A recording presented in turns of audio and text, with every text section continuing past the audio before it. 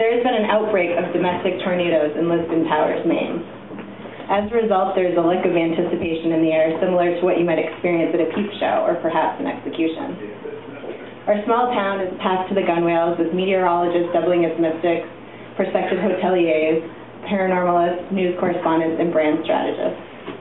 The B&Bs, hotels, and campgrounds were filled weeks ago. When I take my 3 a.m. walks, I see where these newcomers have landed, beach-like fish sleeping where they fall. Every hammock in town is heavy with a stranger. The soccer field is chocker blocked with pod-like tents, and I swear the air feels different. Less lilac, more styrofoam cups. As for me, I am anxiously awaiting a domestic tornado of my own. If you listen to the news, these storms are moody and dangerous. So far, 1 coma, 27 facial lacerations, 30 twisted ankles, and 1 ectopic pregnancy. Survivors say that in the first moment of the storm, everything in the house is thrown up into the air like a tossed salad. Objects are spilled at their apex as they toe the crest, lungs full of breath. Then everything whips to the air in a sudden roaring collapse. The survivors are all interviewed on the news. They possess a raw, shamefaced glow, like they've been oversexed by helplessness. Some of them go back to their houses and lie in the rubble. They breaststroke through it slowly like they're in a mineral pool welcoming health through every pore. The psychologists say this reaction is a form of Stockholm syndrome. The sociologists say that they are desperate for meaning in a secular world and are folding back into their primitive selves. A reporter jokes, "Can we look forward to virgin sacrifices?" The sociologist looks thoughtful, then exuberant, says, "Maybe." I have been busy unearthing knickknacks from my tornado. And by knickknacks, I mean junk small enough to hold in one hand. Yesterday, I found a box of old cell phone accoutrements behind the hot water heater. Now I'm laying it all out on the kitchen counter, side by side. My boyfriend Josh calls in the 102nd Airborne and hopes that I get clocked in the head with my fist-sized Buddha. He is bitterly trying to avoid his fate as collateral damage.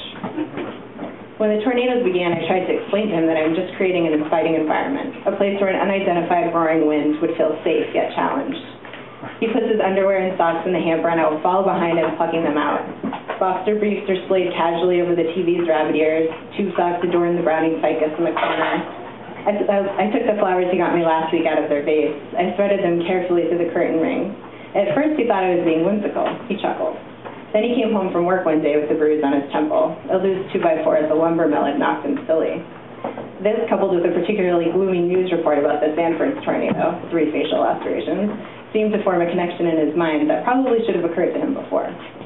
"So basically, you're trying to kill us," he said as we got ready for bed. "I think that's the wrong way to look at it," I said, taking some Q-tips out of the medicine cabinet. He scrunched his eyebrows together and came up behind me while I stood in front of the bathroom sink. I had pulled everything out of the cabinet by then, curling it around in a neat little arc. "Dwayne Peterson is in a coma," he said gravely. "Dwayne Peterson has a pair of truck nuts hanging off the back of his pickup," I said. "So he deserved it? We're talking about fake testicles, Josh, made of silicone that a grown man chooses to hang from the back of his vehicle. There are raised purple veins, for Christ's sake." I looked at him in the mirror and saw his thinking face, the one where he squints his left eye and blinks the other one real hard. "His name is Dwayne," Josh said. I bugged my eyes out like, "Thank you." Sometimes I'm reminded that eventually our humor finds the same pitch. Josh says love is work, and the problem with me is that I've never had to work hard at anything. I think that's an oversimplification. I have told him more than once that he has a problem with precision. I haven't been sleeping lately. While my days are filled with the studied accrual of crap, my nights are filled with the logistics of beatitude. I imagine what it will be like if it happens when I'm stepping out of the shower, or making poached eggs, or reading my horoscope, or at my desk writing. Some nights I get tired of lying awake, exhausting myself with scenarios, cursing the empty bottle of sleeping pills, Josh snoring next to me in the soft vice of blue-collar sleep. It's that extreme exhaustion that I envy, the kind of physical need that reduces any anxious churn of the mind to a gross frivolity.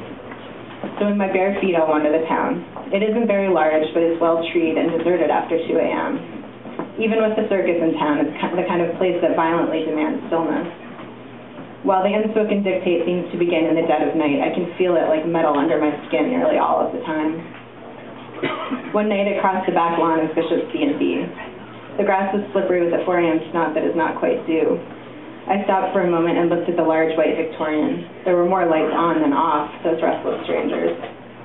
"Why are you in bare feet?" a synthesized, robotic voice inquired. I spun around. Maybe I was sleepwalking. Maybe I played the part too well. Or there was a robot in the woods. When I moved closer to the voice, I saw a man sitting in an Adirondack chair, well shadowed by an insistently fragrant lilac tree.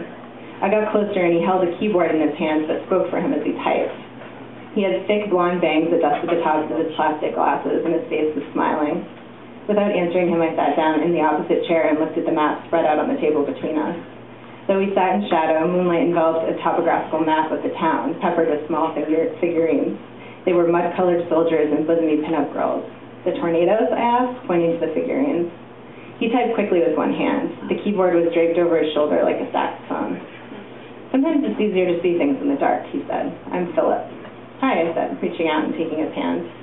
I looked carefully at the figures on the green map, their dim shadows stretched, morphing into a secondary penumbral web. Are you the meteorologist? I asked, pulling my knees up to my chin, scraping the midnight grime off my feet and onto the edge of the chair. I had heard about him. He leaned over the map and adjusted a fallen man holding a grenade. They say you're a mystic. A quick flourish of fingertips before a halted, unmelodic laugh startled me. It was jarring and strange, and I tried not to flinch. So far, nothing. These self-contained tornadoes are truly unusual, and not in the way that they say on the news, the way that makes them seem completely random, like a two-headed panda has just wandered into your home. What do you mean? That there's some sort of organizing intelligence? Not exactly, but yes. More like an organizing unintelligence, which is the same yet different, less trackable, less rigid, more enterprising, you could say. Any patterns, I asked, gesturing toward the board. He frowned. Yes, but too many. They collapse in on each other like a pile of puppies. Everything is contingent. It's spineless, really. Maybe I could help, I said brightly. He looked at me thoughtfully as if he were reading a palm. I doubt it, he said, shaking his head a little sadly. I frowned and put my feet on the ground. The chill of the dirt oozed between the grass, and I felt my neck tickle with the cold. Do you think they're benevolent? I asked. He sat silent for a moment, drumming his fingers on the keyboard, every once in a while hitting them too hard, eliciting a tickled burp of R's and Ers in the voice box. I have my suspicions, but it's hard to say. By the way, where do you live? I pointed to a popped section of gray between a 5-star general and a Betty Page. When yours comes, don't close your eyes, not even for a second. The others say that at the height of the swirl, they couldn't keep them open, that they were epoxied shut. But you seem like the kind of woman who enjoys a challenge. You can tell me what it looks like. It? The eye of God, he said. The eye of God? What else could it be? I hadn't considered that, I said, picturing for a moment a gigantic blue eye. But I'll let you know. I gathered myself up, casting a full shadow that enveloped the table, swallowing it like a mouse. I turned to go, then turned back. Can you look God in the eye and still survive, I asked. Something told me God wasn't the kind of deity in the market for a staring contest. Yes, but don't expect to come out unscathed, he said, gesturing softly to his mouth, then taking his hands off the keyboard and saying goodbye with his natural voice, which was now nothing but an elegant, limping hum. I waved goodbye, walked home, and crawled into bed with dirty feet.